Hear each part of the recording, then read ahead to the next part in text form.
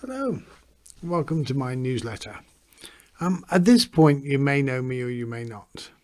The chances are you've just downloaded either my book or you've downloaded the 3 meditations to help you find a little calmness and peace when you need it most.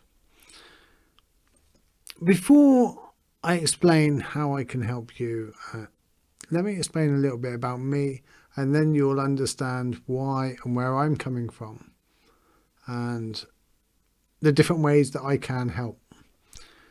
I broke my neck 27 years ago, 1991, September the 1st. I was playing around with youngsters. I was 18 years old, and I climbed up on top of the wall, walked along the top, and I remember looking at my watch. It said 10:31.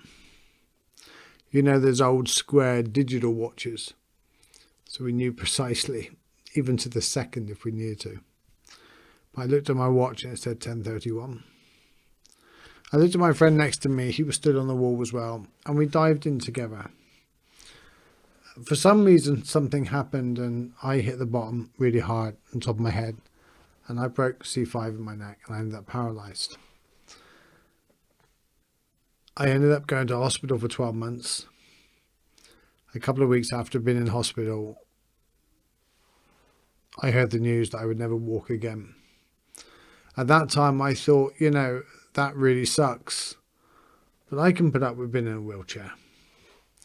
At that time, I never realised everything that went with it. It's a very small part of being in a wheelchair is actually not being able to walk. But that's a different story for a different day.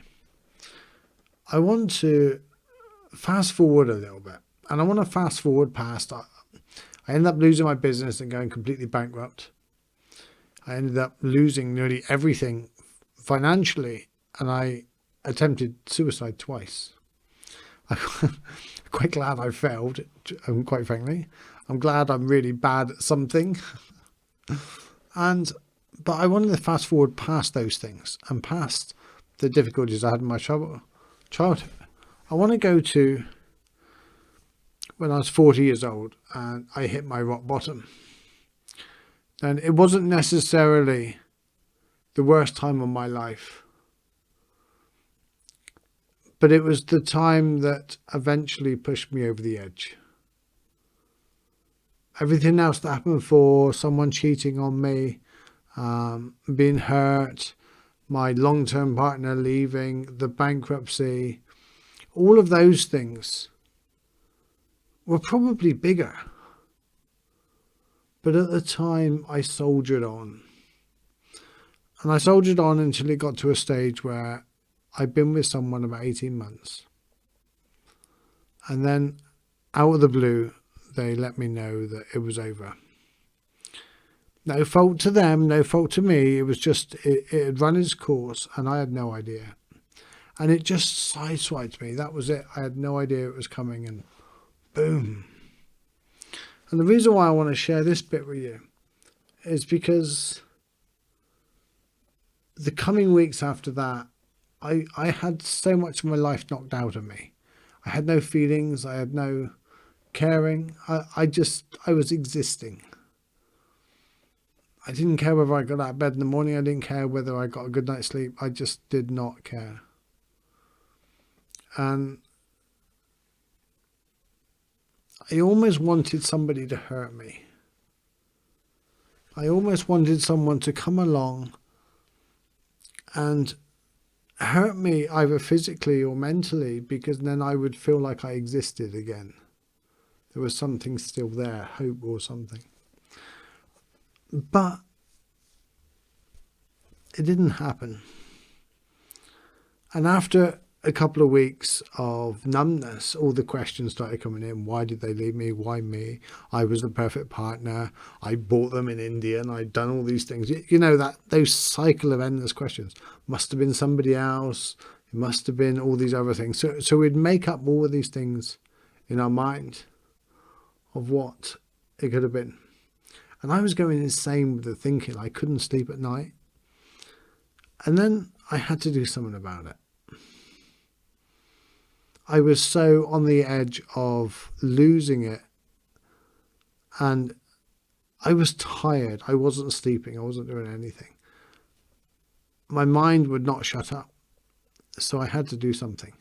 I started drinking to go to sleep. And when you're asking the carers to pour up more drink every night, it becomes really embarrassing. I don't know what I would have done if I didn't have that gift of someone helping me and having to pour my drink, because I think I would have ended up with a whole bottle within months. So maybe the gift of being in a wheelchair was that I didn't end up down that route. So I could have so easily been down that route. But I started reading books. I started to try to do something with my life. And all of them spoke about meditation. All of them pointed me towards doing meditation. Great. Here was the solution. But I couldn't do it. I'll tell you why I couldn't do it. Because I thought too much. I couldn't go 4 seconds without some random thought coming in my head. I can't drive down the road without some random thought of doing something crazy in the car. Like, what would it be like if I just drove over that side? I wouldn't do it. But my mind's random as hell. You know, if I shared publicly everything that goes through my mind, it'd be like I would get locked up within hours. And I'm sure I'm normal, and I'm sure you do the same. So here I was faced with this solution of all these gurus in the world telling me I had to meditate. And I was like, no, that's like me sitting here and going, wanting next door to stop playing their music. It doesn't work that way. You cannot shut the noise out.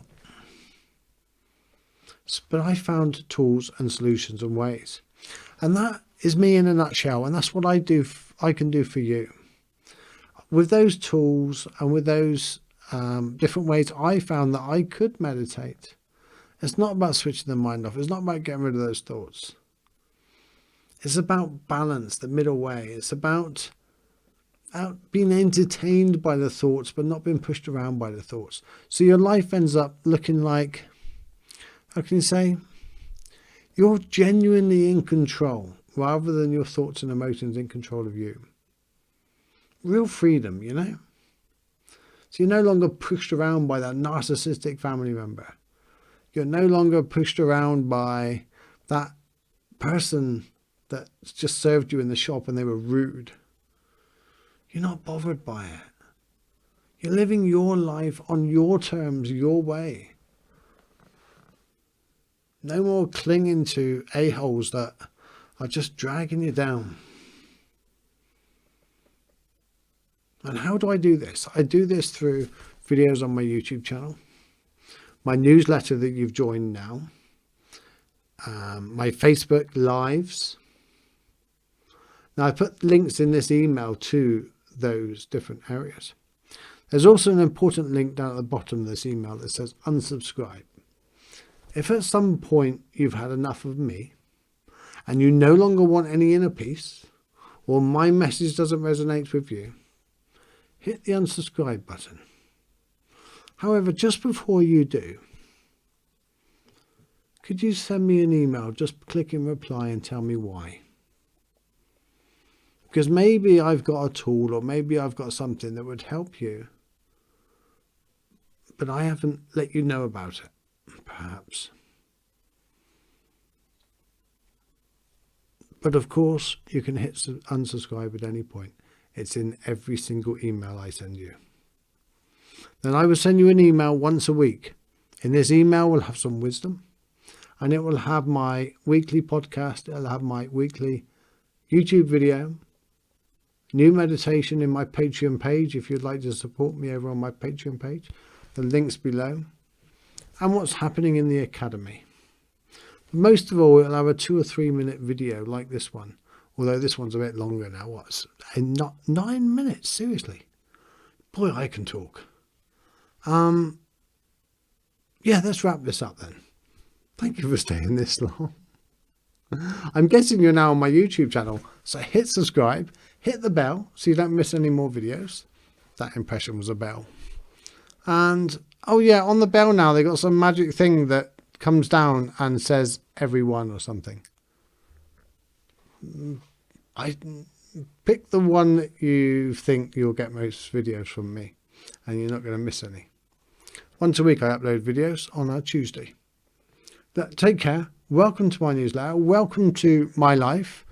And thank you for letting me be part of your life. Hit reply in this email and let me know, or put in the comments below. Thank you. Namaste.